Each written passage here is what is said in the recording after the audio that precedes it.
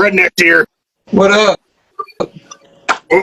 How's it going, sir? What's going on, man? Just living a puppet's dream over here, trying to sell Mark the Monster shirts. That shirt's not even available. You can't get the Mark the Monster Puppet World Order shirt yet. It's not even available. He's talking nonsense, Dave. He's talking nonsense. Yep. Sit your ass down. There we go. You gotta go. Yeah, he's over here trying to sell shirts that aren't available, man. He's a hustler. Doing you a deed, dog. He's a hustler. What can I say? I raised him right. That's what I'm going to go with. What's up, man? How have you been? I've been grinding, man. Just working my ass off in the gym. That's where I'm at right now. I just got done with my first session. Now I'm about to go to boxing prep class, whatever. I'm going to head out to Tampa, but just sit here while I got some Wi-Fi real quick so I can chit-chat with you. Awesome. We already got comments coming in. Is the orange guy Mike Perry? Hell no, the orange guy. That is Mark the Monster, sir. He would not lose to Jake Paul. Mark the Monster has fake title belts like Mike Perry does. We could throw that on there, but he's not gonna lose to Jake Paul. Yeah, fuck Mike Perry. There we go. And look, and you're not even a shit talker, and we're already gonna shit talk Mike Perry. I love that. Man, I wasn't planning on going into the Mike Perry conversation out the gate, but I would love to have that conversation. You and I we've talked multiple times about Mike Perry. My first interview with you, I as a fan wanted to see that Mike Perry fight. That's it. That's all he is. How pissed were you when he lost to Jake Paul? I was super annoyed because I wanted to be the one to like derail his fucking little streak he had going on there. Granted, I kind of knew it was going to happen as soon as the gloves were on. He's not a boxer. Everyone's been saying this. He's definitely not. And whenever that fight got announced, and I told people, like, I'm so pissed because Mike Perry's going to lose to Jake Paul, and he's just going to screw up the money fight for Redneck Mundell. My bad. The national weather alert just came through. I'm sure it's hitting a lot of people's phones right now. Are you in the path of the hurricane, Mike? I mean, if it runs up our coast, whatever. But, I mean, we're from Florida. We're used to this shit. It's just another day. The only thing that's going to make me mad is if it ruins my sparring that I had set up for this weekend. So, trying to figure all that out. Whenever Mike Perry, Jake Paul got announced, and a lot of people saying, Mike Perry's going to kill Jake Paul. I'm like, you guys have, Mike Perry's not a boxer. Yeah, he's so tough. Like, that's a problem, the reason why Jake Paul's big. Give credit where credit's due. The reason why he does good in BKFC is because he's tough and his arm punches, being that there's no gloves on, can do a little bit of damage. But the second he faces somebody who knows what the hell they're doing, like that's all going to stop. It's all going to be gone. So going into that fight, well, everyone knew he was going to lose. Between the size difference and the lack of power he would have to actually put Paul down, and even though Paul's not the best boxer either, he's better than Mike. I'm not saying much, but he's better than Mike. Yeah. And, I give credit where credit's due for Jake Paul. For the limited amount of time he's been involved in boxing, he's promoted the shit out of himself, which clearly he's a YouTube guy. He's fantastic at that. But I feel like for the time he's been in, he's above the curve of where he probably should be. But he's able to invest a lot more time, a lot more resources he can afford that guys that have that short time frame in boxing can't afford what Jake Paul can afford.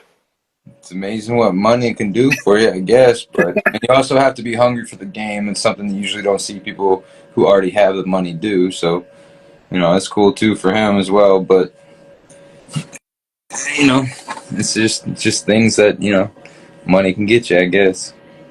Yeah. Yes. Yeah, we got counted. Yeah, Jake Paul, the guy from Disney, which this is going to show my age. I don't know shit about Jake Paul being a Disney kid. I don't know. I barely know Jake Paul from YouTube. I know Jake Paul from people hating Jake Paul. That's how I know Jake Paul. I don't know these YouTube guys. I don't know that shit. I'm right there with you, man. I live under a rock. I don't know a lot of things that go on, and people are like, you don't know, like, I didn't know who Kodak Black was. And they announced that he was going to be there. I'm like, oh, that's cool. Who is he? I mean, I know he's a rapper, but I didn't realize how big he was, I guess. It's kind of Yeah. funny that happens. Same thing. We were talking about this at another. We were talking about this at another podcast too, especially like showing up to all the BKFC events, especially down there in Miami. There would be all kinds of famous YouTubers. I'm sitting right there next to them all, so I just go around, and to me, they're just another dude, you know. So Yeah. like, I want to take a picture with them. And be like, all right, let's go get one. Like, what's he gonna do? Say no? Like, I don't know. You know, man, all these BKFC events, and the just volume of events that have taken place. You know, I look back. I think me and you first got together for a podcast like 2 years ago, right after you won the belt. I think I don't. it's been a while. But there's been so many events, yeah. and you're there at all of them. I do my best to get out to as many as I can. You know, I understand like that's something that the BKFC wants and the fans want to see as well. And on top of that, it's always badass to be there and you know, watch my boys fight. Yeah. So, as a fan, what's your favorite thing about attending BKFC live? The fast pace of the fight. You know, like I after the fights in Miami, the UFC fights were on the next night. We went there to watch, and just like sitting there for 15 minutes watching these guys go back and forth was like pulling teeth. I'm like, it's no longer fun for me to watch UFC. Like it's only fun if I'm actually fighting. So, but going back to BKFC, like it's just fast paced, like 2-minute rounds, pushes them to go harder, faster, and you honestly you see more finishes too. It's better for the fans for sure. Yeah, since BKFC has blown up, I struggle to watch the UFC, and it's not that it's not a lack of talent or anything. It's just I don't see as much hunger on a UFC main card as I see BKFC from opening fight to the main event. Everyone's hungry and everyone's looking to finish. Yeah, people in MMA have to play back a little bit because they got to worry about so many different things, you know. So that might play into it a little bit. But BKFC, like I said, I mean, the fact that it's new, just dude. And then when you get hit with the bare knuckles, like the little shots do enough damage that where you get a sense of urgency. Like I don't want to get cut. Like I don't care about getting hit and stuff like that. But like I'm not sitting there like here slice my eyebrow open. That's what I want. You know, so like you just try to take care of it fast. So you try to get in there and get out. We don't get paid for overtime, so we're getting in there and getting what we can and we out. Yeah. You are currently 6-fight win streak, I believe. I think don't know. I think I'm my own record sometimes. I gotta ask. I think it's. Let me see. I'm pretty sure it's 6. Yeah, you're on a 6-fight win streak. Oh, yeah, 6 fights, 4 knockouts, 6 fights. Yeah, you got a lot more experience under your belt certainly than whenever the promotion expected you to just get killed by Hector Lombard, which I don't know, still debatable, but whatever. Yeah, you came back stronger. Where we have questions coming in and asking about your mindset whenever you're in there fighting. Between rounds now, do you feel like you're more calm, collected, looking to adjust? It's weird. Like, so many people get so hyped up before their fights. You know, they're getting into like a shoving match with the guys, and they're yelling and screaming. To me, like, honestly, man, it's just a sport. Like, we're boxing. You know, it's a fight, whatever. But like, I don't know. It's just another day in the office for me right now. I'm so used to it. Yeah, you got Danny Christie October 12th. But there's been some time off since you started Coltrane. But there's supposed to be King Mo was supposed to happen. This has been an ongoing battle, and I think outside Danny said some funny shit. He called me a wet wipe, and I keep thinking about that a lot. It's fucking hilarious. But he what is that insult? Like, I don't know. It's cool though. I want to use it. They got some crazy shit over there that they say, and I love it all. I just think it's fucking hilarious. But he also, before he said all that, he gave me a bunch of compliments, and he literally said I should thank him for this fight because if it wasn't for him, I wouldn't be fighting. And it fucking looks to be goddamn true because there's been a few times it's supposed to fight and things fall through, whatever happens. Like Mo, I mean, what's a huge name? Like for him to pull out or whatever to happen, it's just like, wow, you know. And I'm glad they got me right over to Spain, which was the original plan anyway. So it's right back to it, just a different opponent. So it's pretty cool, and that's just the fucking roller coaster we're on, you know. Yeah, man. Whenever the King Mo fight was announced, I was like, oh shit, Redneck's gonna get to knock out King Mo. This will be awesome. And then I think I can't remember, I think it was Russ from Extreme BKFC fan page sent me that, no, the fight's off. I'm like, what happened to the King Mo fight, man? It's super annoying, and they strung me along for a little bit. I'm pretty sure they kept it in the dark while I was still training for a while for the fight, which is fine because I shouldn't really pull off the gas anyways. And then we try to find some opponents to come in. I don't know if they said no or what the deal was with that, but whatever. Everything happens for a reason, and here we are. Like I said, Marbella, Spain, October 12th, getting ready to knock out Danny Christie. I can't complain. Hell yeah, man. It's a trip to Spain. You get paid to go to Spain. I would have made more money if I'd have fought here in Miami, though. This is bullshit. At least you get to see the sights. Is Spain the furthest you've traveled for a fight overall? MMA, boxing? I've not left the country for fighting. I'm not against it, but I usually turn those offers down just because, you know, I'd rather just be here at home. But you know, granted, you know, who's throwing the event and who's gonna be there and everything else that goes on with it. I was like, hell yeah. It's gonna be a big deal, man. A lot of things have changed since our first conversation in the world of BKFC. So you're gonna be on the first DAZN BKFC event. Zone got them. It's gonna be a lot of events. The BKFC events are gonna be part of the Zone. That's going to be a huge promotional juggernaut behind the events. But now, a key difference today than our first conversation, we have the Conor factor. Hell yeah. Yeah, I think Feldman said it best. You know, like you call people, they wouldn't answer. Conor calls somebody, they pick up the fucking phone. You know, and look at how much we jumped in just, you know, such a short time that he's been on board. So I'm super excited to go over there, make some history, be the first, you know, BKFC event on the Zone, and outside of that, being the first time in Spain, I get to show out. I feel like I got a very good opponent for this to be able to display some skill because he's super tough, you know, but he also wants to fight. He's going to be looking for a finish as well. So he'll keep pushing in there, and that's what I need people to do is run in there so I can knock them out, you know, because usually when you smack somebody, they go into survival mode and they just want to run away from you the rest of the time. You know, it's kind of the problem I was having when I was fighting Coltrane. Like he wouldn't he wouldn't sit still for me. I'm like, come here, bitch. I had to grab a hold of him just so I could hit him real quick, you know. But that's all part of fighting as well too. So I'm just super excited about this fight. I know I'm definitely getting a highlight reel KO on this one. Yeah, man. I think that Danny Christie is not really factoring in. Your gym's trained for him previously. I keep telling this to everyone too. It's like, it's so funny. Like he fought Jared at 85, so he went down a weight class. I cool, but I don't think he realizes I walk heavier than Jared does. I fight heavier than Jared does. I am bigger than Jared. So like, he's gonna learn. He done fucked around. Now he's about to find out, and it is what it is. Call me a weight bully, whatever. As far as I'm concerned, Jared's holding my 85-pound belt until he retires, and then I'll take it over from there. You looking to be 2-division champ? Gonna be champ? I mean, it has a nice little ring to it, you know. But as far as my boy being in there, you know, he's got it. He's got that shit unlocked too. So it's what it is.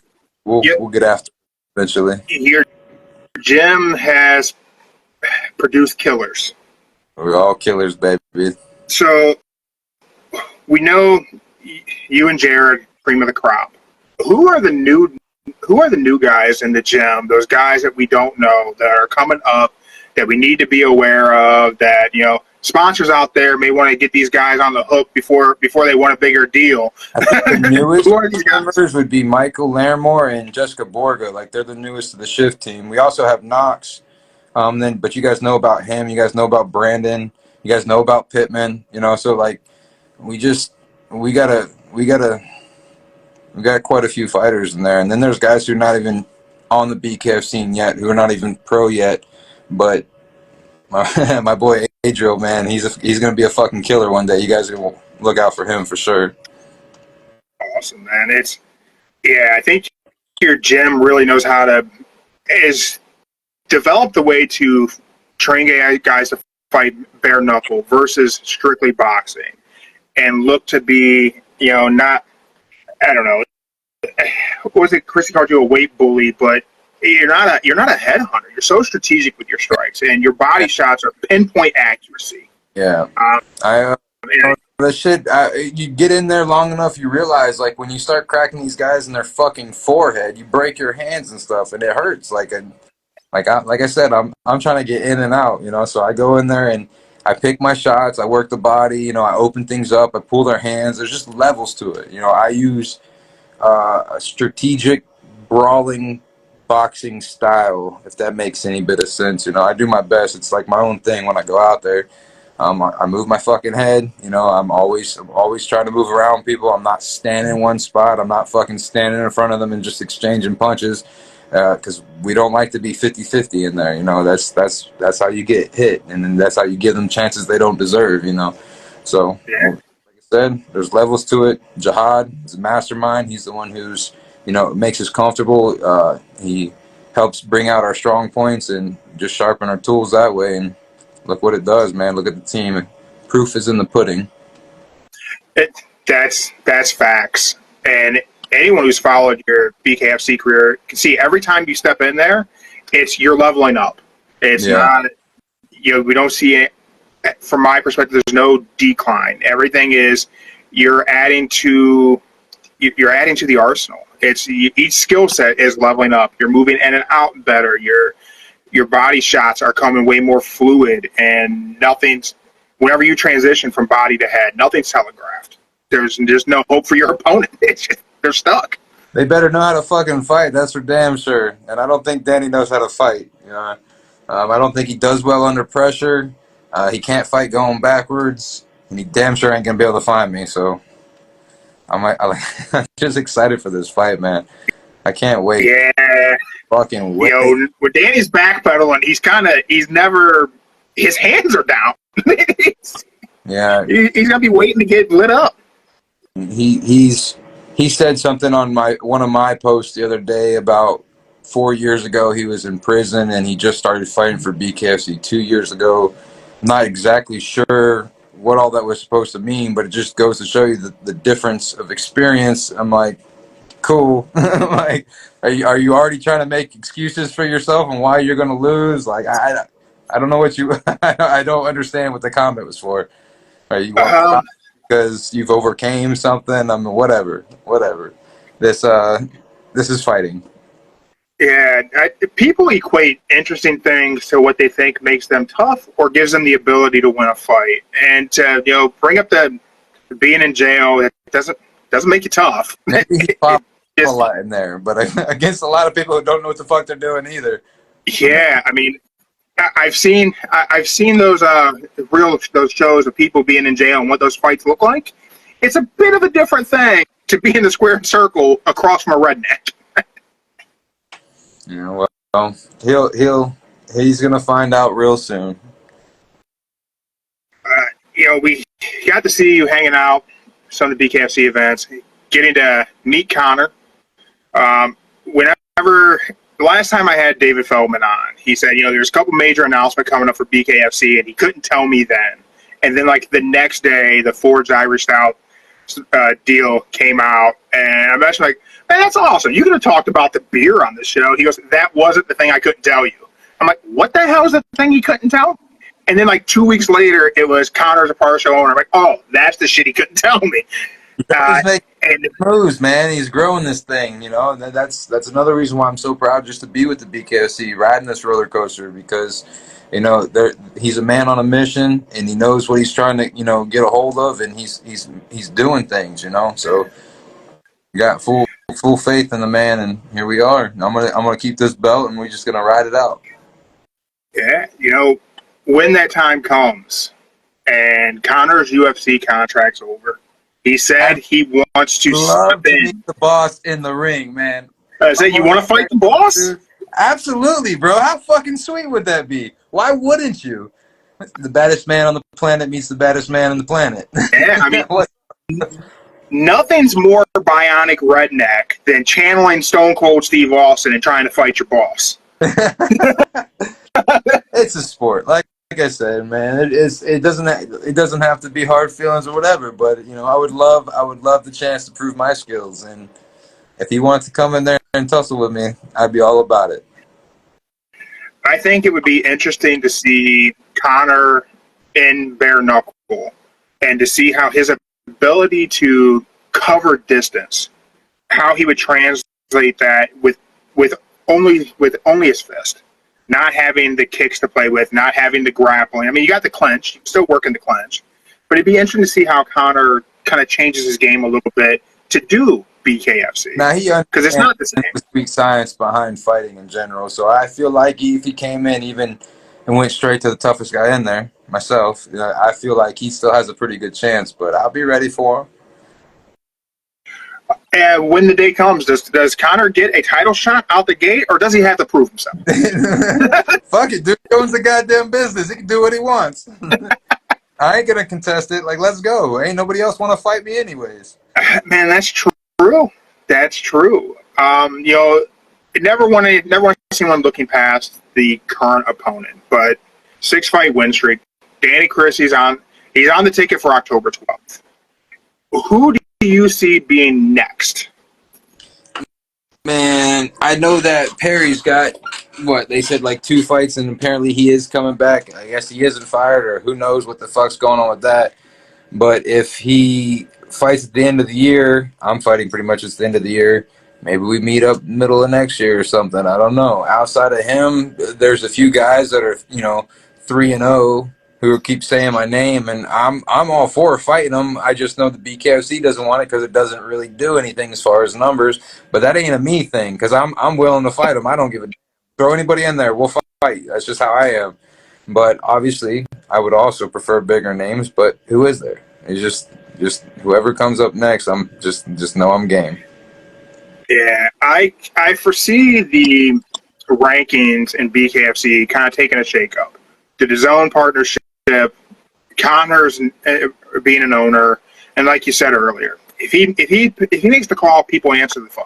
Yeah. I think we're going to see an influx of folks who have not competed in bare knuckle coming into the BKFC, because it's the fastest growing combat sport without question. It's one where, I mean, there's nothing more OG than fighting someone bare knuckle. Right? That's the original combat sport. Everything else has evolved from fighting bare knuckle. So People just got to get over that mindset, though. Like, don't get me wrong, it's tough, but so is fighting with MMA gloves on and getting kicked in the head or elbowed. Boxing, like, you got big gloves, so you can kind of like helps you catch things, but if you get hit with the boxing gloves, that don't feel nice either. So like, it's just another combat sport, man. And I mean, I get it. Like, you have to be willing to take some punishment, but I feel like as a fighter, like, why wouldn't you want to do this? Like, why wouldn't you? If you're a true fighter, this is it. This is the purest art there is, outside of doing this and being allowed to grab you and bite you or something. Like, more do you want, man? Like, this is what it's about. But we'll see what Mike happens. Perry's got dirty boxing. He's got that kind of coming about. And they said with gloves on or some shit like that. I don't know what the whole fucking thing, the whole spew about it. It's kind of confusing. And best of luck with him. I don't wish no bad business on his half. I just hope before he does that, he gives me, the opportunity to take his shine away from him. So For me, man, I hope it happens. 'Cause I hope that payday comes, and I hope BKFC will take that platinum middleweight championship that I seen you with and make that the official middleweight strap, because that thing's dope. It is a pretty sweet belt. Yeah, that thing is awesome. One thing we had some questions coming in about your mindset and like how you approach things. Mike, I'm going to evolve that for something I have written on my post-it here. Motivation or discipline? What's more important for you? I can't tell you how many times I come in, I'm tired, I'm sore, my daughter's calling me, she's saying she wants to go do something. I mean, there's just so many, I work a full-time job, so I get off and I'm tired as fuck, I don't want to go to the gym and work, I want to go home and chill, take a rest day, but I'm in my own head about it, feel like I can't take a rest day because that's just me being a bitch, so I'm constantly pushing, I'm constantly grinding, and it's because I'm disciplined, When the fight's over and the camp's not going on anymore, then I can go fuck off and have a little bit of fun. But right now, we're in camp. I know what I got to do. I don't negotiate with myself. I don't sit there and try to convince myself not to go. I know what it is, and that's what it is. And that's what we're going to do. Yeah, I had someone ask that question of me, like, well, what motivates you? I mean, not a lot. I'm just dedicated to doing certain things. I've just always done them. It is pretty motivating to go out in front of millions of people and get your ass whooped, but be so tired, you're like, yeah, fuck it, I'll be all right. Nah, but no, I don't play around, man. And when it comes time to doing this stuff, my biggest downfall is probably not taking the rest days that I need, but I'm okay with that because when it comes time to fight, I'll know that I've done everything that I could to be ready, so I won't have any doubt in my mind about whether or not I did enough, and that is the most important to me. Fighting is so mental, any little thing can derail your thought process, and it can completely fuck you up in there, and I won't leave any room for that to happen. Yeah, I remember back whenever I was younger and I was fighting, my coach said fighting's 80% mental and 40% physical. I said, Mike, that math don't add up. And he punched me in the face. This ain't about math. He said, just, get out of your own head, get out of your own way. And I think that's a lot of fighters can kind of get in their own way. I think that shit happens. It happens a lot, man. It happens to the best of us. And I can't say it hasn't happened to me before, but I just won't let it happen no more. And I can guarantee you that. With full-time job, still commercial electrician, right? Trying to not get shocked out there. What's that training schedule look like? What are your days like? What's weight training? What's boxing? As soon as I get off work, man, I shoot straight over here to Fitness 360. I meet up with my personal trainer, Nick, who's his company's Chiseled Inc., and we sit there and we get a workout in, and then right from here, I take off and I go down to Tampa, and I train with the shift team over there starting at 6. Get done, and then I got to drive like an hour and 15 minutes home. So it's the same shit every day. I'm out of my house by 7, and I don't get home until after 9:30, and do that 5 days a week. Saturdays is the only day that I get to train and only train, and I just get to get up when I get up, and it's still usually pretty early because I got that internal alarm going on. I go either set up some sparring, go set up hill sprints, or just more pad work and grind it out there, and then I got the rest of the day to enjoy, and Sunday is family day, and then right back to it. So those moments where you get to enjoy that time where you're not in the gym, you're not working, what's the Redneck's hobbies? How do you spend free time other than what the family is telling you have to do? Waterman. I would live in Florida, I got a boat. We like to go out, hit the islands, fish. Outside of that, I enjoy just being outdoors, in general. Pretty much whatever my bugs wants to do. Lily, my daughter, just try to sit there and entertain her, because I spend so much time away from her. So it's just what it is. And she's pretty good about wanting. She's always asking to go fishing, which sucks too, because in camp it's like I get I cannot waste any energy on outside stuff. So obviously when you go fishing, you're the one running the boat and everything to clean up, blah, blah, blah. Like, it takes a lot of energy, you know. It's still definitely worth it, but I'll be tired the next day, possibly too, you know. And so if I do that, I got to make sure I'm not going to be tired when I go to practice. You know, I gotta be physically ready for all that, because I got to give everything my all, and I gotta be ready, you know. So that gets cut kind of short on these days, but outside of camp, I'll make sure that she gets plenty of boat time for sure. You know, it's one of those things that I think a lot of people kind of get mixed up on when it comes to the fight game and being a prize fighter, is that it takes you away from a lot of things, just a lot of life. It pulls you away from. You know, all my friends are charter captains now. You know, when I first started fighting, I'm like, yeah, man, I'm gonna fight and I'm gonna make all this money. I'm gonna only have to train a few hours a day, and then I'll have the rest of the day to go fishing. That was a lie. You shouldn't have been the best in the world, man. You wouldn't have had to work so hard. Fuck. Well, I wouldn't have made no money either, so. So. Do you think if they backed up the Brinks truck after you starch Mike Perry, Christie's laid out, and you're a guy who's been very dedicated, you know, you hold down the full-time job while training like a world champion, would you step away from working full-time? And I mean, could break that habit? Right, be able to just, you know, live and not have the 9 to 5. I mean, eventually one day that's exactly where I'm going, but it's just I'm not there yet, you know. When that time comes, and it will come, people will see. Imagine what I can do when I don't have to do all this extra stuff and I can focus solely on fighting. Like, I still amaze myself. I'm proud of myself for accomplishing everything that I have with everything that I got going on, you know. But that's just how I am. It's just me. And it's truly unbelievable, honestly, to do what you do as a full-time job and be the best middleweight in the world.